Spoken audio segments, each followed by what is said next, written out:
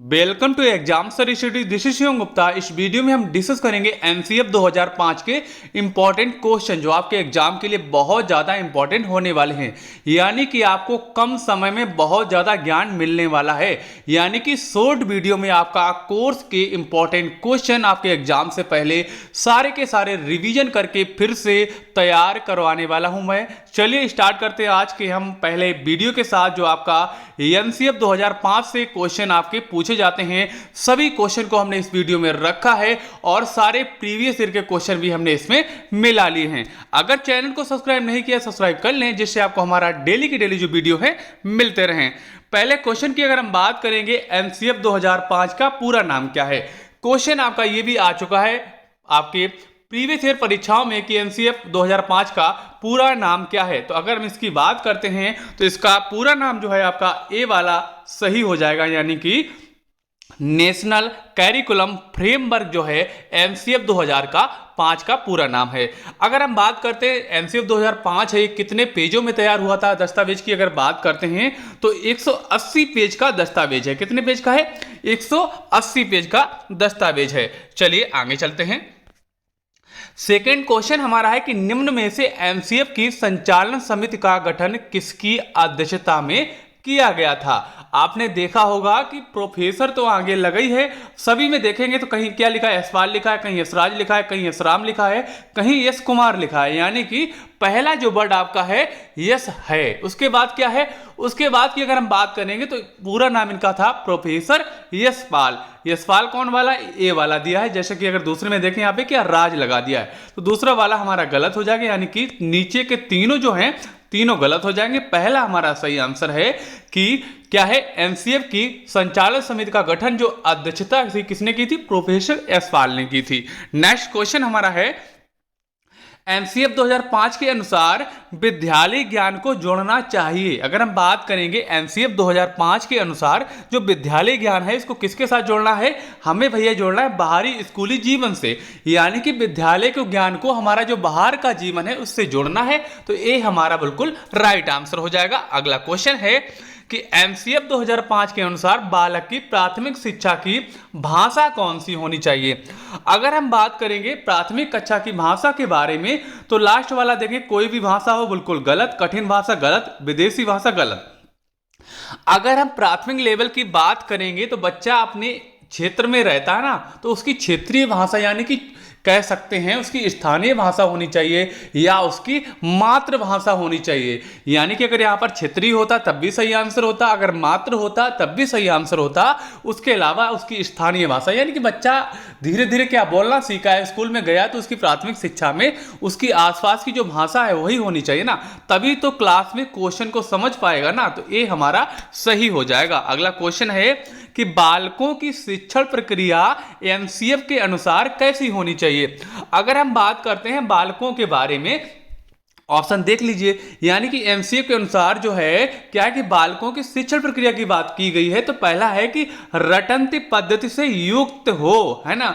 दूसरा दिया है रटंत पद्धति से मुक्त हो, और तीसरा है तनाव व बोझ से युक्त हो, और चौथा है इनमें से कोई नहीं। अगर हम बात करेंगे आंसर की, पहला हमारा सही हो जाता, लेकिन यहां पर क्या युक्त की जगह अगर मुक्त लिखा हो तो लेकिन दूसरे में लिखा है कि रटंत पद्धति से मुक्त, यानी कि यहां पर युक्त लिख दिया, यहां पर मुक्त लिख दिया। तो यानी कि हम कह सकते हैं जो शिक्षण प्रक्रिया है ना रटंत प्रणाली पर आधारित नहीं होनी चाहिए, यानी कि मुक्त होनी चाहिए। तो बी हमारा राइट आंसर हो जाएगा। अगले क्वेश्चन पे चलेंगे। क्वेश्चन अगला हमारा है कि एनसीएफ संचालन समिति में कुल कितने सदस्य थे। अगर हम बात करेंगे एनसीएफ संचालन समिति में कितने सदस्य थे तो इसके सही आंसर हो जाएगा 35, है ना। काफी जगह कुछ लोग कह रहे हैं कि 38 होना चाहिए, तो काफी जगह 38 लिखा मिलता है, लेकिन सही आंसर हमारा 35 है। अगर 35 ना वहां पर 38 हो तो आप 38 वहां पर कर सकते हैं। चलेंगे आगे। अगला क्वेश्चन है कि राष्ट्रीय पाठ्यचर्या और रूपरेखा में विज्ञान शिक्षण का उद्देश्य होना चाहिए। क्या उद्देश्य होना चाहिए। इसके बारे में अगर हम बात करेंगे तो क्या हो जाएगा कि बालकों में जिज्ञासु प्रवृत्ति का विकास करना, है ना। रूपरेखा के मतलब है कि भैया बालक जब उसकी प्रवृत्ति है यानी कि इंटरेस्ट लेंगे ना पढ़ाई में, तभी तो पढ़ पाएंगे ना। यानी कि इसी प्रकार से कह सकते हैं कि बच्चों को खेल खेल में सिखाया जाता है, जिससे क्या है वो जिज्ञासु हो सकें, है ना। तो पहला हमारा सही आंसर हो जाएगा। अगला क्वेश्चन है कि राष्ट्रीय पाठ्यचर्या के फ्रेमवर्क 2005 ने अपनी समझ ... से प्राप्त की है। राइट आंसर की बात करते हैं तो क्या हो जाएगा, रचनावाद से प्राप्त की है। किससे, रचनावाद। सही आंसर बी हो जाएगा। अगला क्वेश्चन है कि एमसीएफ 2005 बल देता है, किस पर बल देता है। एमसीएफ जो 2005 है भैया स्वयं करके सीखने पर बल देता है ना। शिक्षक केंद्रित तो हो ही नहीं सकता ना। जो एमसीएफ 2005 है या आज की शिक्षा है, चाहे एमसीएफ 2020 की भी बात करें तो क्या है कि भैया इसमें क्या सिस्टम है कि भैया बाल केंद्रित होएगी, शिक्षक केंद्रित हो ही नहीं सकती, रटने की प्रक्रिया हो ही नहीं सकती, समस्या हल करने पर भी नहीं हो सकती। तो बी वाला हमारा बिल्कुल सही हो जाएगा। अगला दिया है कि एमसीएफ 2005 में कला शिक्षा को विद्यालय में जोड़ने का उद्देश्य क्या है ना। इसके बारे में अगर हम बात करेंगे, है ना, जैसे कि बात करें एमसीएफ 2005 में कला शिक्षण को विद्यालय में जोड़ने का उद्देश्य क्या है, इसके बारे में अगर हम बात करेंगे तो सही हो जाएगा कि सांस्कृतिक विरासत की प्रशंसा करना एवं छात्रों के व्यक्तित्व और मानसिक स्वास्थ्य को विकसित करना है। किसका मतलब है, एमसीएफ 2005 में कला शिक्षा विद्यालय को जोड़ने का ये हमारा उद्देश्य है ना। चलेंगे नेक्स्ट पर। नेक्स्ट क्वेश्चन है कि एमसीएफ 2005 का मुख्य सूत्र शीर्षक क्या है ना। मुख्य सूत्र शीर्षक की बात करते हैं तो यानी कि जो शिक्षा है बिना बोझ की होनी चाहिए। तो कौन सा ऑप्शन दिया है बिना बोझ वाला, तो शिक्षा बिना बोझ की, है ना। कोई भी बच्चे के ऊपर क्या है बर्डन नहीं होना चाहिए, बोझ नहीं होना चाहिए। तो डी हमारा बिल्कुल सही हो जाएगा। अगला क्वेश्चन है कि एमसीएफ 2005 की शुरुआत रविन्द्रनाथ टैगोर के किस निबंध से होती है। अगर हम बात करते हैं तो सही हो जाएगा सभ्यता और क्या प्रगति। सभ्यता और प्रगति जो इनका निबंध है रविन्द्रनाथ टैगोर जी का, इसी से स्टार्ट होती है क्या एमसीएफ 2005 की शुरुआत। चलते हैं नेक्स्ट पर। अगला क्वेश्चन है कि गणित का उद्देश्य एमसीएफ 2005 में क्या बताया गया है। गणित के उद्देश्य की बात करते हैं तो एमसीएफ 2005 में क्या बताया गया है कि गणना करने की क्षमता का विकास है। क्या, ए वाला हमारा बिल्कुल सही हो जाएगा। क्या हो जाएगा, ए वाला सही आंसर। अगला क्वेश्चन है राष्ट्रीय पाठ्यचर्या रूपरेखा 2005 के अनुसार शिक्षक की भूमिका कैसी होनी चाहिए। शिक्षक की भूमिका की अगर बात करते हैं तो नेता तो बिल्कुल नहीं होना चाहिए, ना शासक होना चाहिए, ना एक क्या है भाई के रूप में भी नहीं होना चाहिए। क्या होगा, सुविधादाता के रूप में होना चाहिए, है ना, सुविधादाता। अगला क्वेश्चन है कि यदि प्राथमिक स्तर पर मातृभाषा अथवा स्थानीय भाषा के शिक्षक उपलब्ध ना हो तो संविधान के कौन से अनुच्छेद के तहत स्थानीय शिक्षा अधिकारियों को भाषा विकास के लिए सुविधा उपलब्ध कराने का अधिकार है। तो सही आंसर की बात करते हैं तो क्या हो जाएगा, आर्टिकल जो 350 है ना, ये इससे संबंधित है। डी हमारा बिल्कुल सही आंसर हो जाएगा। अगले क्वेश्चन की बात करते हैं तो एमसीएफ 2005 का मुख्य सूत्र शिक्षा बिना बोझ के विचार कब आया था, है ना। विचार जो है कब आया था, इसके बारे में अगर हम बात करते हैं तो ये विचार जो आपका है 1993 में आया था, है ना। अगर एमसीएफ 2005 की बात करें, विचार जो है क्या है 1993 में आया, लेकिन लागू कब हो पाया, लागू हो पाया भैया 2005 में। यानी कि इतना ज्यादा समय लग गया इसमें लागू होते होते। अगले क्वेश्चन में चलेंगे। अगला क्वेश्चन है कि एमसीएफ 2005 के अंतर्गत परीक्षा सुधारों में किस सुधार को सुझाया गया है ना। किस सुधार को सुझाया गया की बात करते हैं तो पहला है कि सामूहिक कार्य का मूल्यांकन सही है, सतत मूल्यांकन भी सही है, खुली पुस्तक की परीक्षा मूल्यांकन ये भी सही है। तो इसलिए हमारा डी वाला हो जाएगा क्योंकि इसमें सभी के सभी सही हैं, है ना। चलते हैं नेक्स्ट पर। नेक्स्ट क्वेश्चन है कि विद्यालय शिक्षा का अब तक नवीनतम राष्ट्रीय दस्तावेज क्या है। हम पढ़ किसके बारे में, एमसीएफ के बारे में पढ़ रहे हैं। तो सही आंसर हमारा क्या हो जाएगा, एमसीएफ 2005 है क्या नवीनतम राष्ट्रीय दस्तावेज है ना। जो हमारी 2020 में लागू हुई तो वो क्या है, हमारी वो नई शिक्षा नीति लागू हुई थी, है ना। चलते हैं नेक्स्ट पर। नेक्स्ट है कि किस मंत्रालय की पहल पर एमसीएफ 2005 तैयार किया गया था। किस मंत्रालय की पहल पर, अगर हम बात करें मंत्रालय कौन सा था तो मंत्रालय आपका था क्या मानव संसाधन विकास मंत्रालय, जिसका अब नाम बदल रख दिया गया है, शिक्षा मंत्रालय हो गया है ना। पहले क्या था, मानव संसाधन विकास मंत्रालय था, अब इसका नाम है शिक्षा मंत्रालय हो गया है ना। तो सही आंसर ए हो जाएगा। अगला क्वेश्चन है कि एमसीएफ 2005 में किन शिक्षण सूत्रों के अधिकतम प्रयोग का सुझाव दिया गया है। तो किसका सुझाव दिया गया है, इसके बारे में अगर हम बात करेंगे तो पहला है कि अज्ञात से ज्ञात की ओर, दूसरा है अमूर्त से मूर्त की ओर, और सी में दिया है ज्ञात से अज्ञात की ओर एवं मूर्त से अमूर्त की ओर। तो सी वाला हमारा बिल्कुल सही आंसर हो जाएगा। अगले क्वेश्चन पे चलेंगे। अगला क्वेश्चन है कि आप क्या बोला गया कि करिकुलम है ना, क्या बात की गई है, करिकुलम की बात की गई है कि करिकुलम किस भाषा का शब्द है, यानी कि किसका, इंग्लिश का भाषा है। इंग्लिश के शब्द अधिकतर किस भाषा से आते हैं, ये हमारे आते हैं लैटिन भाषा से आते हैं ना। तो सही आंसर हमारा लैटिन हो जाएगा है ना, लैटिन इसका सही आंसर हो जाएगा। अगला क्वेश्चन है कि एमसीएफ 2005 की कार्यशाला कहां पर आयोजित की गई है। कार्यशाला की बात करते हैं तो ये कहां पर है, एमसीईआरटी दिल्ली में आयोजित की गई है। कहां पर, एमसीईआरटी दिल्ली में। अगला क्वेश्चन है कि निम्न में से एमसीएफ 2005 में किस बात पर बल दिया गया है, किस बात पर बल दिया गया है, इसके बारे में बात करते हैं। तो पहला है विज्ञान के लिए शिक्षा, विकास के लिए शिक्षा, और सी वाला है शांति के लिए शिक्षा। तो सही आंसर हमारा है शांति के लिए शिक्षा, ये हमारा बिल्कुल सही आंसर हो जाएगा। अगले क्वेश्चन पर चलेंगे।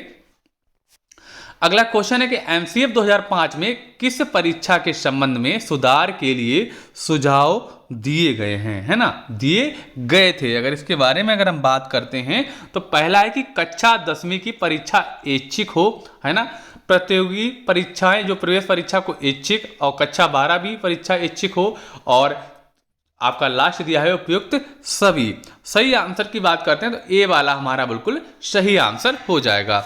अगला क्वेश्चन है कि पाठ्यक्रम निर्माण की आवश्यकता क्यों है।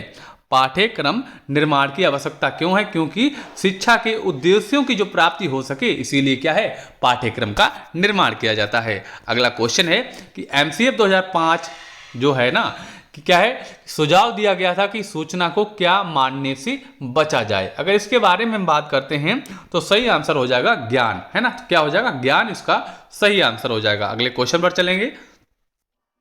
अगला क्वेश्चन है कि एमसीएफ 2005 में कुल अध्यायों की संख्या कितनी है। अध्यायों की अगर बात करते हैं तो अध्याय कितने हैं, अध्याय की बात करेंगे तो कितने हैं, 5 अध्याय हैं और 180 पेज हैं, जो आपको हम बता चुके हैं। 5 अध्याय हैं और 180 पेज हैं। अगले क्वेश्चन पर जाएंगे तो क्वेश्चन हमारा अगला है कि एमसीएफ 2005 में गुणवत्ता आयाम शीर्षक के अंतर्गत महत्व दिया गया है।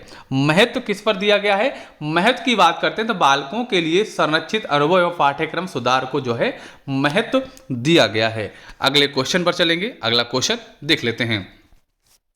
यदि बच्चे फेल होते हैं तो वो क्या दर्शाते हैं। अगर बच्चे फेल होंगे तो अपनी असफलता नहीं दिखाएंगे, है ना, समाज की असफलता भी नहीं होगी, परिवार की असफलता भी नहीं होगी, क्योंकि बच्चे फेल हो रहे हैं। कहां पर फेल हो रहे हैं, स्कूल के परीक्षा में फेल हो रहे हैं ना। तो असफलता किसकी आएगी, स्कूल की असफलता, या कह सकते हैं जो अध्यापक उसे पढ़ा रहा है उस अध्यापक की असफलता मानी जाएगी। तो सही आंसर हमारा क्या हो जाएगा, बी जो है बिल्कुल राइट हो जाएगा। अगला क्वेश्चन क्या है, एनसीएफ 2005 के अनुसार सीखना एक क्या है, सीखना एक भैया ज्ञान के निर्माण की प्रक्रिया है। क्या है, ज्ञान के निर्माण की प्रक्रिया कह सकते हैं, क्योंकि सीखने से क्या होता है, ज्ञान बढ़ता है ना। पहला हमारा जो है बिल्कुल राइट आंसर हो जाएगा।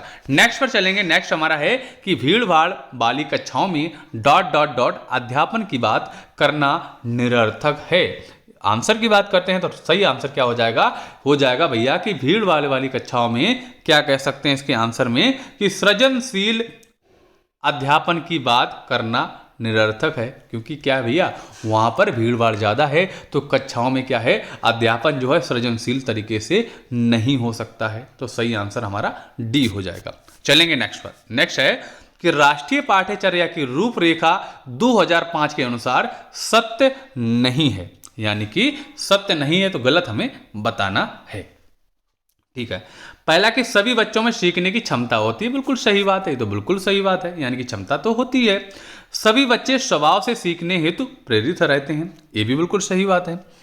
अब बोला गया तीसरा क्या है, बच्ची व्यक्तिगत स्तर पर एक ही तरह से सीखते हैं, ये गलत है, एक तरीके से नहीं सीखते हैं, ये नहीं कह सकते। तो यही हमारा गलत है, तो यही हमारा सही आंसर होना चाहिए। चौथा देख लेते हैं, स्कूल के भीतर बाहर दोनों जगह सीखने की प्रक्रिया चलती है। बिल्कुल सही बात है।